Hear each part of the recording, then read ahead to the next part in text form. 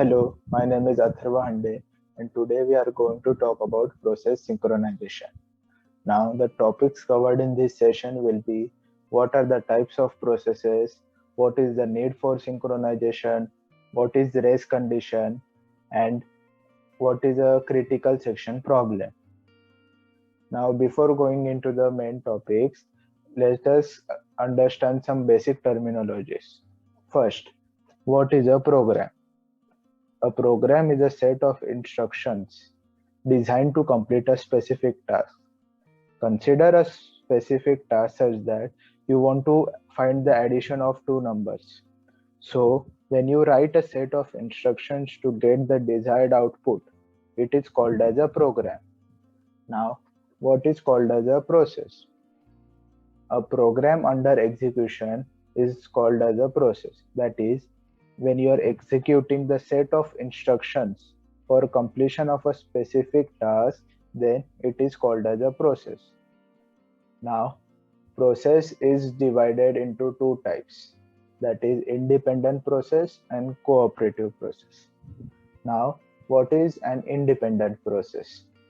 Execution of one process does not affect the execution of other process, which means that when one or more processes are being executed, they are not interdependent on each other in any way.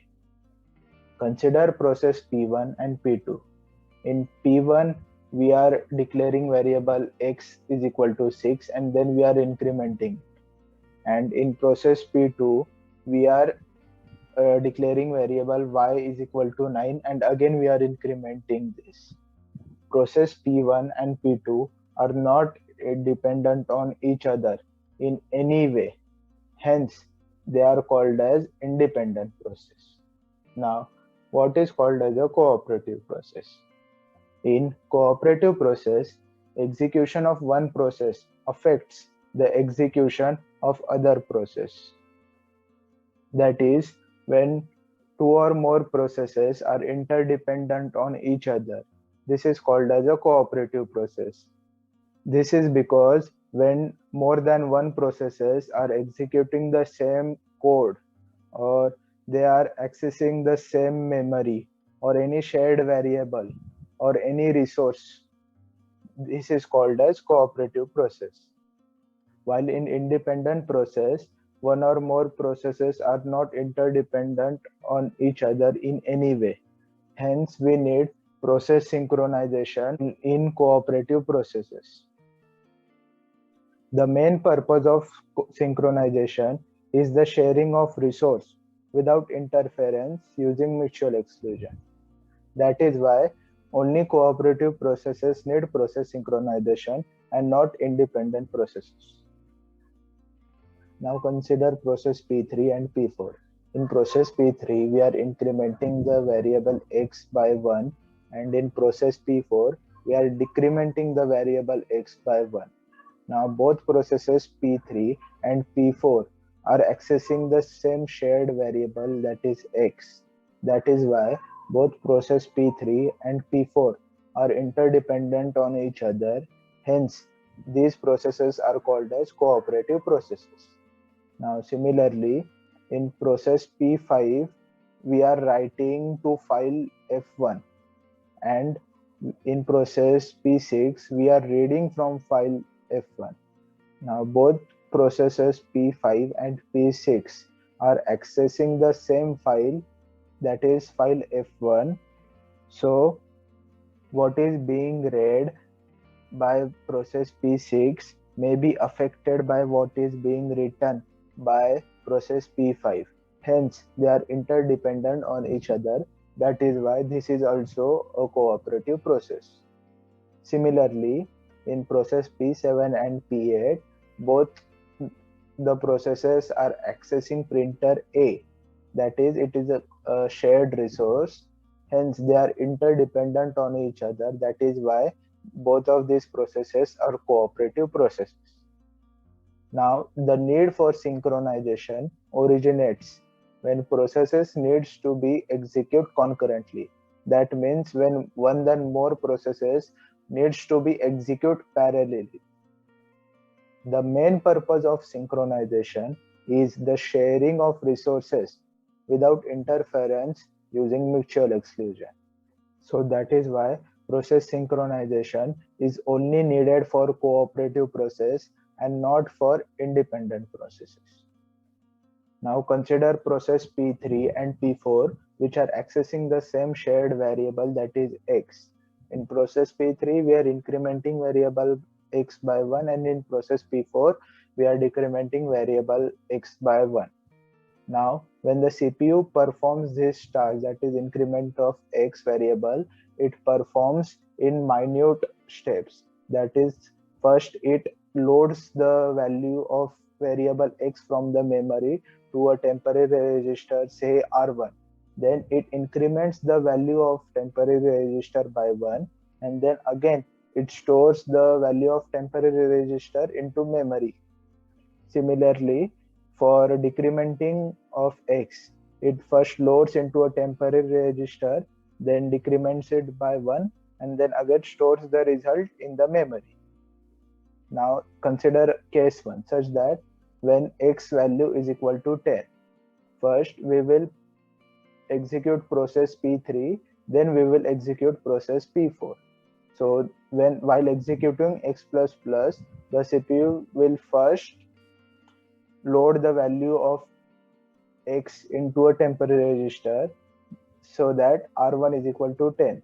In the next step, the value of R1 will be incremented by 1, that is R1 is equal to 11, and it will be stored into the memory, that is value of x is equal to 11.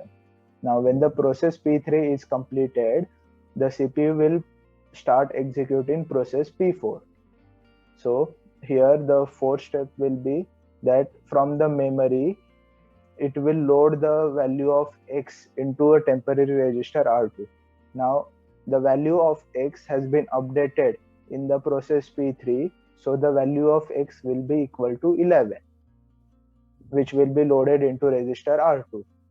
Now in the next step, the value of register R2 will be decremented by 1, that is R2 is equal to 10, and the final result will be stored into the memory, that is the value of x is equal to 10. This is the final output. Now in process P3, we are incrementing the value of variable x by 1, and in process P4, we are decrementing the value of variable x by 1. So the final output will remain the same, that is x will be equal to 10. Now consider case 2. Here also we will be executing process P3 first, then process P4. So in the first step, value of x will be loaded into register R1, so R1 is equal to 10. Then it will be incremented by 1, so that R1 is equal to 11. Now before storing the value of R1 into the memory, process preemption occurs. Now process preemption may occur due to various reasons. It may be due to interrupt, or any high order process needs to be executed. So when process preemption occurs, process P3 will stop for a certain amount of time, and process P4 will start executing, so that the value of register will be loaded with value of x, that is R2 will be equal to 10. Now the value of the register, that is the contents of the register, will be decremented by 1, that is R2 is equal to 9, and in the next step it will be stored into the memory, that is the value of x is equal to 9. So after execution of process P4, the CPU will again start executing process P3. This is called as context switching. So it will again resume its process, that it will save the value of R1 into the memory, that is x will be equal to 11, because value of register R1 was 11. So this is the final output we are getting after executing process P3 and P4. But this is wrong. As we have previously seen in case 1, the output should be x is equal to 10, that it should not differ. Because in process P3, we are incrementing value of variable x by 1, and in process P4 we are decrementing by 1. Now similarly, let us study case 3. In case 3, we will be executing process P4 first and then process P3. So in process P4, the first step will be loading of variable x from the memory into register R2. Then decrementing the value of register by 1, that is R2 is equal to 9. But here again, before storing the result into the memory, process preemption occurs, so that now process P3 will start executing. So in the third step, it will load the value of x from the memory into register R1. In the next step, it will increment the value of R1 by 1, that is R1 is equal to 11. And in the next step, it will store the result into the memory, that is x is equal to 11. So after completion of process P3, the CPU will again execute process P4. That is the sixth step will be, it will store the contents of register R2 into the memory, that is x is equal to 9. So this is the final output we are getting in case 3. But this is also wrong, because in case 1 we have seen that the output should be 10, because in process P4 we are decrementing value of x by 1, and in process P3 we are incrementing value of x by 1. So the final output should remain the same. This is called as a race condition.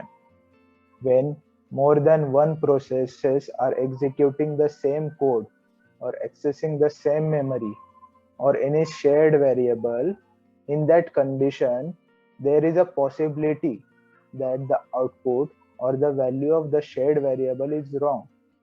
So that all the processes doing the race to say that my output is correct, this condition is known as race condition. And this is not always the case that the output will be wrong. There is a possibility that the output or the value of the shared variable will be wrong. As you can see in the case 1, we are getting output as x is equal to 10, which is correct. In case 2, we are getting value of x is equal to 11, which was wrong. And in case 3, we got the output x is equal to 9, which was wrong. So when more than one processes are executing the same code or variable or accessing the same memory, then there is a possibility that the output or the value of the shared variable is wrong. Now let us get to know what is a critical section. So we saw that the problem of race condition occurs when two or more cooperative processes are trying to access their shared memory or resource or variable at the same time. Here, the part of the program or code segment in which the process is accessing this shared memory or resource or variable is called as a critical section. That is, in the previous problem we saw process P3 and P4. Here we are accessing the same shared variable, that is x. So in process P3, this is a critical section, that is increment of x is a critical section. And in process P4, this code segment is a critical section. Now the race condition occurs when two or more processes are executing in its critical section at the same time. That is, when process P3 and P4 are executing their critical section, that is increment of x and decrement of x at the same time. So in order to avoid this condition, if two or more processes share something, and if any one process is in critical section, then no other process should be allowed in their critical section. That is, when process P3 is executing this code segment, that is x++, then no other process should be allowed in their critical section. That is, process P4 should not be allowed in their critical section while process P3 is executing its critical section. Now, in order to avoid the critical section problem and to synchronize the process in this way, various processes synchronization mechanism can be designed and implemented. For a process, if it has a critical section in its program, then before entering the critical section, it should execute a piece of code called as an entry section. And after executing the critical section, it should execute another piece of code called as an exit section. And the remaining program is called as the remainder section. The code between the entry section and the exit section ensures that the critical section problem is solved.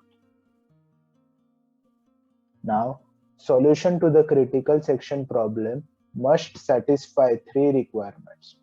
The first one is mutual exclusion. If a process is executing in its critical section, then no other process is allowed to execute in the critical section. For example, consider that process P1 is executing in its critical section and process P2 also wants to execute in the critical section at the same time. This should not be allowed. This is called as mutual exclusion. That is, if a process is executing in the critical section, that is process P1, no other process should be allowed to execute in the critical section at that same time. That is, process P2 and P3 are not allowed to execute while process P1 is executing. Now, the second one is called as progress.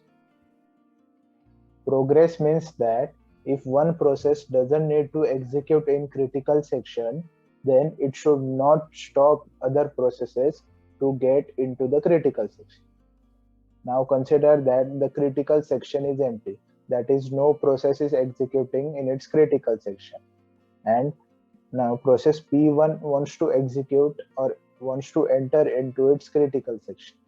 But process P2 is not allowing or it is stopping process P1 from entering into a critical section. This should not happen.